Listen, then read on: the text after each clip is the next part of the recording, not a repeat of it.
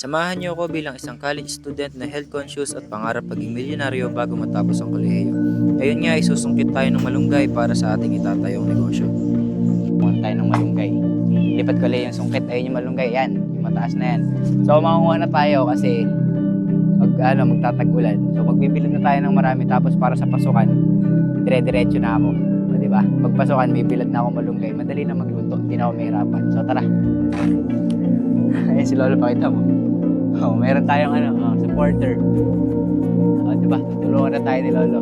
Puputulin na natin yung sanga kasi kung paggawi, kukunin naman na natin lahat eh.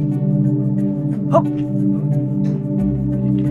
Kahit yan, putol na. So, naputol na. O, ito, kukunin natin to. Putulin na natin kasi nga, ito, tumahog na to. So, ayan, mapapakinabangan na natin yan. Then, ito, puputulin natin para mabilis ulit tumubo. So, sasagad natin dito. Then, tatabi muna natin to. Puputol pa tayo ng iba.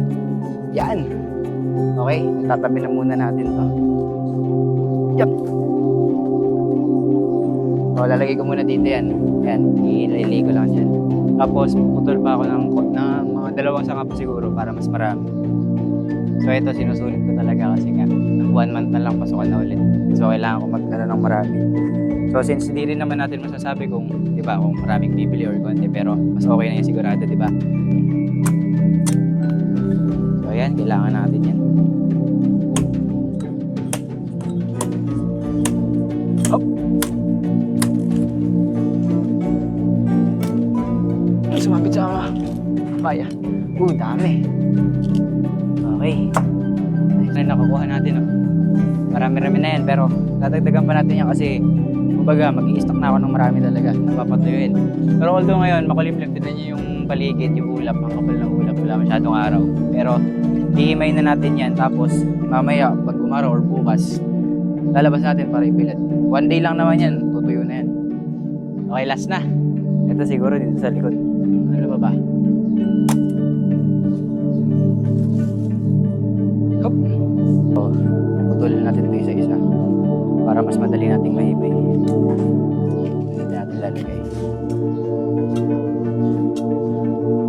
Guys, last na sanga na to. Yan, marami-rami na tayo nakuha.